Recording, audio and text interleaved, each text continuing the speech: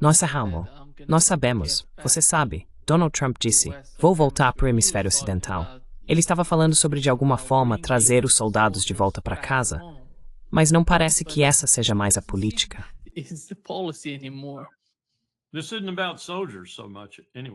Isso não é tanto sobre soldados, de qualquer forma. É realmente sobre forças aéreas e marinhas. Quando se fala da China, não se trata muito de soldados. Meus fuzileiros me deram uma caneca quando nos formamos na última turma, e ao redor dela estava escrito Marine Corps War College. No topo dizia o tubarão e o tigre.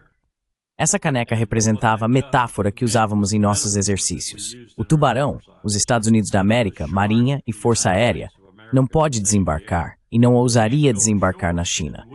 E o elefante, ou o urso, o que quiser usar para representar a China, não pode entrar no mar, porque nós teríamos tratado da Marinha e da Força Aérea deles, a ponto de o que restaria seria a Força Terrestre. Então, o que se faz depois disso?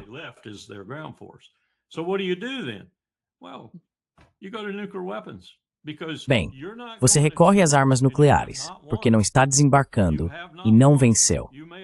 Você não venceu. Talvez tenha desgastado a força aérea deles e a nossa marinha, e eles também desgastaram bastante as nossas. Então estamos ambos ali, mais ou menos no perímetro do Mar do Sul da China, e ambos tivemos nossas forças aéreas reduzidas em 1/3 ou mais, e nossos navios e submarinos reduzidos em 1/3 ou mais. E estamos nos encarando. Imagine, estamos no Mar do Sul da China, talvez na linha de 9 traços. Não ousamos ir além. Eles não se aventuram a sair com a frota porque perderiam mais navios. Eles não empurram sua aviação além da linha de 9 traços. Então estamos apenas ali, nos olhando.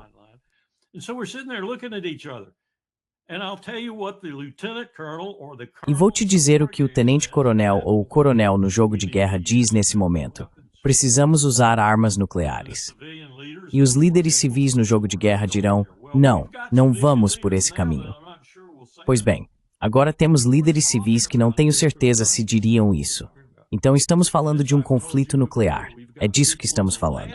E como já te disse antes, temos pessoas nos laboratórios, jovens, tecnicamente qualificadas ao máximo. Temos pessoas no Pentágono que estão falando agora, por exemplo, sobre um primeiro ataque.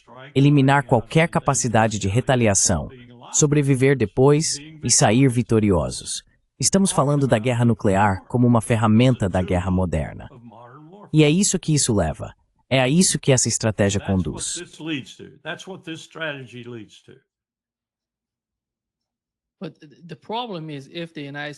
Mas o problema é que se os Estados Unidos decidirem lançar algum tipo de ataque preventivo, chame de ataque preventivo, e fizerem isso, nenhum desses países vai simplesmente ficar de lado observando o que está acontecendo com o outro. Estou falando da Rússia e da China. Se atacarem a China, a Rússia não vai ficar calada sobre isso. Eles não vão ficar em silêncio sobre isso.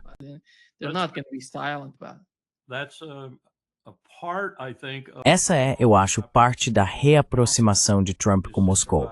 Tentar afastá-los um pouco. Mas leia a estratégia com bastante atenção. O que vamos fazer com a China, em nosso próprio hemisfério, é tirá-los daqui. É isso que queremos fazer antes de tudo. Você sabia que no ano passado, todos os países da América do Sul comercializaram mais com a China do que com os Estados Unidos? É isso que eles querem fazer. Querem tirá-los daqui. Essa é a razão pela qual Rubio está percorrendo a América do Sul, tentando recrutar líderes. Eles querem erradicar a China pela raiz do hemisfério ocidental. Depois vão enfrentá-los. Mas essa ideia de estar no hemisfério ocidental tem tudo a ver com combater a China no hemisfério ocidental. E, aliás, qualquer outro que queira entrar e tomar o nosso lugar. Mas a China é a potência dominante que está fazendo isso.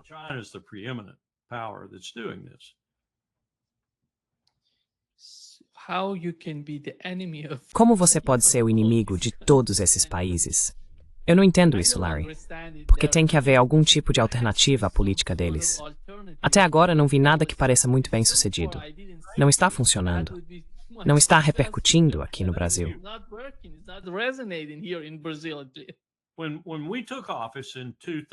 Quando assumimos o cargo em 2001, após aquela transição abreviada por causa das eleições do Hanging Chad, estou falando de George W. Bush e Dick Cheney, o presidente nos ordenou, a equipe de planejamento de políticas do Departamento de Estado, sob a liderança de Richard Haass, que desenvolvêssemos uma nova estratégia de segurança nacional.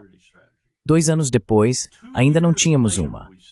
Sabe por quê? Porque todo o rascunho que escrevíamos no Departamento de Estado e enviávamos para a Dr. Rice, a conselheira de Segurança Nacional, ela se recusava a aceitar. Então o que ela fez? Depois de cerca de 18 meses, Haass ficou frustrado, e nós também. E ela encarregou sua própria equipe no Conselho de Segurança Nacional de redigir a Estratégia de Segurança Nacional.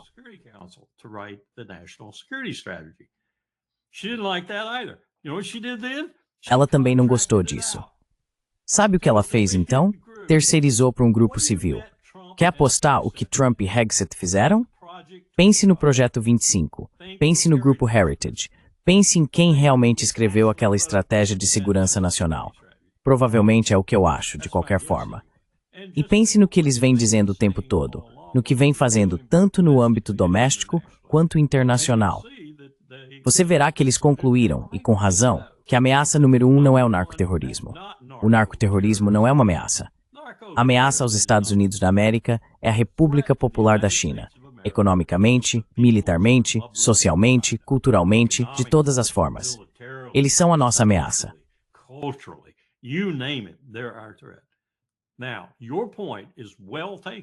Agora, seu ponto é válido. Mearsheimer e Walsh não precisam estar certos. Veja, os realistas não precisam estar certos.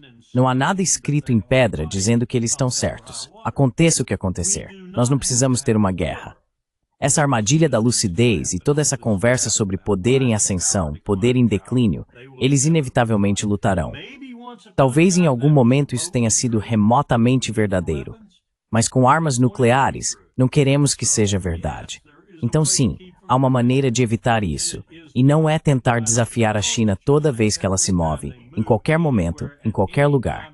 A maneira de fazer isso é acomodar.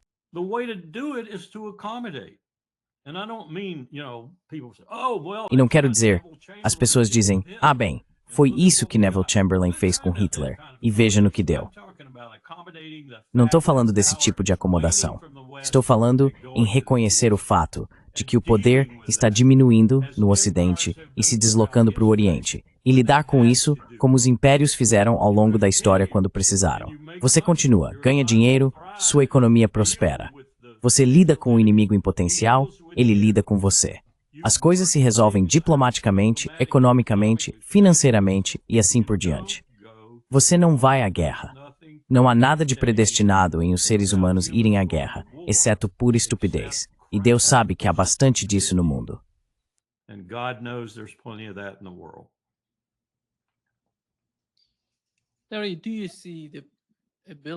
Larry, você vê a possibilidade de os Estados Unidos assumirem um papel mais cooperativo, em vez de exercerem pressão sobre outros países, já que é assim que a China age? Eles estão procurando parceiros, procurando alguém com quem trabalhar. Exatamente. Como isso está indo? Alguém está preocupado com esse tipo de atitude? Exercer pressão, por exemplo, aqui no Brasil? Ao pressionar o Lula, o que eles vão conseguir? Eu não vejo nada de positivo saindo desse tipo de política.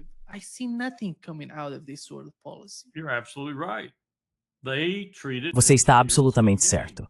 Eles tratam isso como um jogo de soma zero. Se eles ganham, nós perdemos. Se nós ganhamos, eles perdem. Ninguém se senta e diz, vamos encontrar uma situação em que todos saiam ganhando. Na maioria das vezes isso é possível. Uma pessoa ganha um pouco, outra ganha muito, seja como for. Mas no fim das contas, boa diplomacia significa que o resultado permite que ambos tenham um padrão de vida razoável. Ambos tenham uma oportunidade justa de desenvolver seu próprio povo à sua maneira. Essa besteira sobre democracia liberal devia ser jogada no fogo. Se a China quer governar seu país desse jeito, e a Rússia quer governar seu país desse jeito, e o Brasil quer governar seu país desse jeito, que seja. Quem somos nós para dizer como outros povos devem administrar seus estados? Vamos nos dar bem.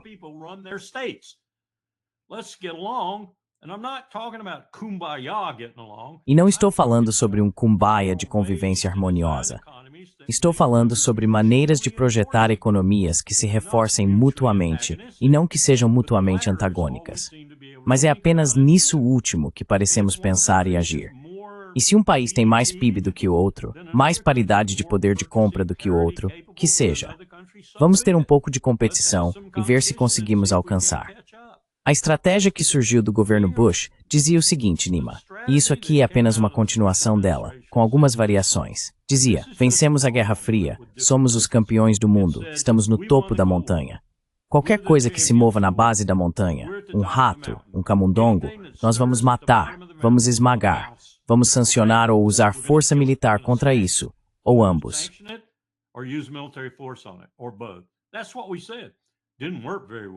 Foi isso que dissemos.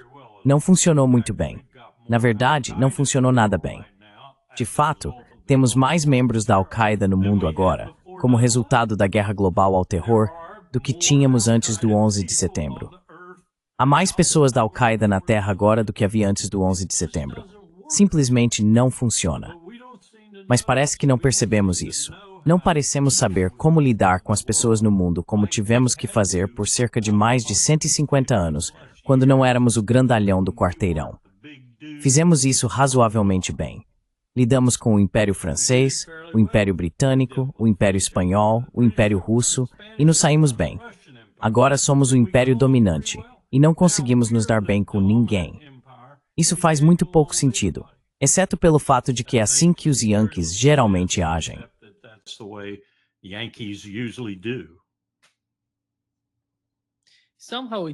De alguma forma, parece que eles não se importam com a América Latina. Eles não veem ninguém como relevante na América Latina. Olha o que eles estão fazendo. É perigoso, Larry, na minha opinião.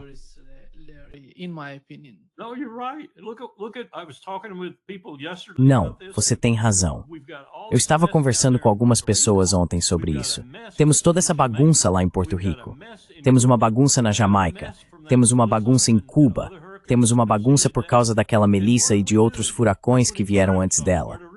E o que estamos fazendo? Estamos enviando tropas para Porto Rico para ameaçar a Venezuela. Isso é absurdo. Até George W. Bush, em 2003, quando BAM foi atingida por um terremoto no Irã, disse que 30 mil pessoas morreram e 200 mil ficaram feridas. Enviamos cães de resgate, caminhões de bombeiros, comida, água, tudo o que podíamos, porque era um desastre humanitário. Agora temos o Caribe repleto de desastres humanitários. Em Santiago de Cuba, 15 mil telhados foram arrancados. Ninguém tem uma casa onde possa morar. É inacreditável. E a Jamaica também não está muito melhor em certas áreas. E o que estamos fazendo? Nós nem sabemos como viver no mundo, Nima. Mesmo em nosso próprio hemisfério, e sabemos que as pessoas que vivem em nossa região. Aqui está o que Donald Trump disse sobre Maduro, Larry. Os dias estão contados e os Estados Unidos podem em breve atacar o território venezuelano. Poderíamos ver tropas americanas em solo venezuelano? Eu não comento sobre isso. Eu não diria nem uma coisa nem outra. Posso dizer o seguinte: ele nos enviou milhões de pessoas, muitas vindas de prisões, muitos traficantes de drogas, chefes do tráfico, pessoas de instituições mentais. Ele as enviou para o nosso país quando tínhamos um presidente muito estúpido. Você sabe disso. Biden é uma pessoa de QI baixo, especialmente hoje em dia. Quero dizer, ele já tinha QI baixo há 30 anos, mas agora é ainda mais baixo. E o que ele fez com o nosso país não é bom. Trem de Aragua, as gangues, uma das gangues mais cruéis do mundo. Você fechou a fronteira agora. Não, ele enviou muitas dessas pessoas. Ele também enviou muitas drogas. Então vamos ver como tudo vai se desenrolar.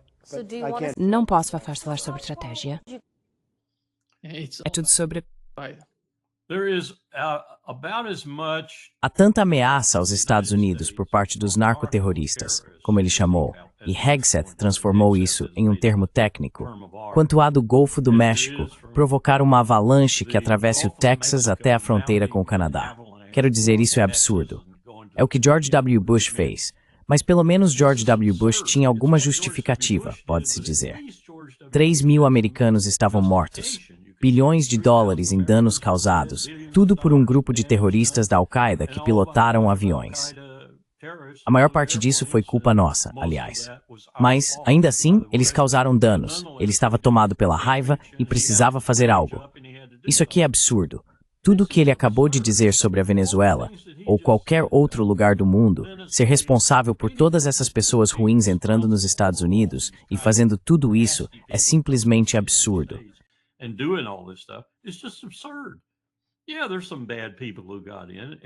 Sim, algumas pessoas más que entraram, MS-13, coisas assim, gangues.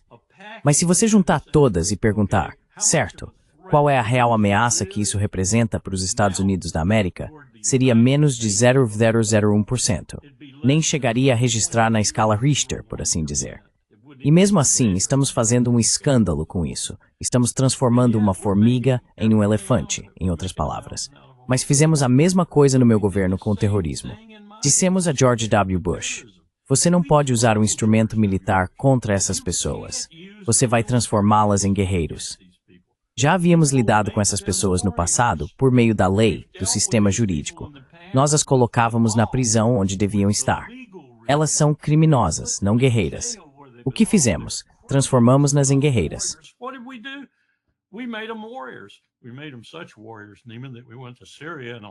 Nós os tornamos guerreiros tão poderosos, Nima, que fomos à Síria e nos aliamos a eles. Tentamos derrubar Assad usando eles, o ISIS, Al-Qaeda e assim por diante. Então isso é simplesmente estúpido. É estupidez ao máximo. Pegar um instrumento militar e aplicá-lo contra algo amorfo e que não representa realmente uma ameaça significativa. Veja no que isso resultou. Violações máximas do direito internacional, violações da nossa própria Constituição, da nossa legislação interna, violações do Código Uniforme de Justiça Militar. E isso está levando a uma contaminação das nossas Forças Armadas, porque agora se vê tantas pessoas de alta patente indo junto com isso. Cada uma delas deveria se levantar e se posicionar agora. Cada uma delas. E não estão, assim como não fizeram em Quantico naquela reunião.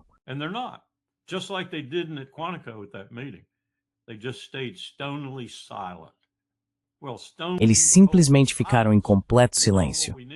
Bem, silêncio absoluto não é o que precisamos agora. O que precisamos são pessoas dizendo, isso é contra a lei, e eu não farei isso, mesmo que isso custe meu posto e meu futuro nas Forças Armadas se necessário. Mas eu não farei isso. Você vê muitos fazendo isso? Há um almirante, ao que parece. O almirante do Comando Sul, que está saindo agora em dezembro. Em algum momento me disseram, em dezembro, e me disseram agora com clareza que o motivo de sua saída é por causa dessa confusão de matar pessoas em alto mar sem qualquer devido processo. Isso é morte por 1000 golpes. Estamos tecendo nosso próprio sudário, é isso que estamos fazendo. E Trump é o mestre tecelão. E isso é lamentável, é absolutamente lamentável porque ele entrou e foi eleito para ser exatamente o oposto.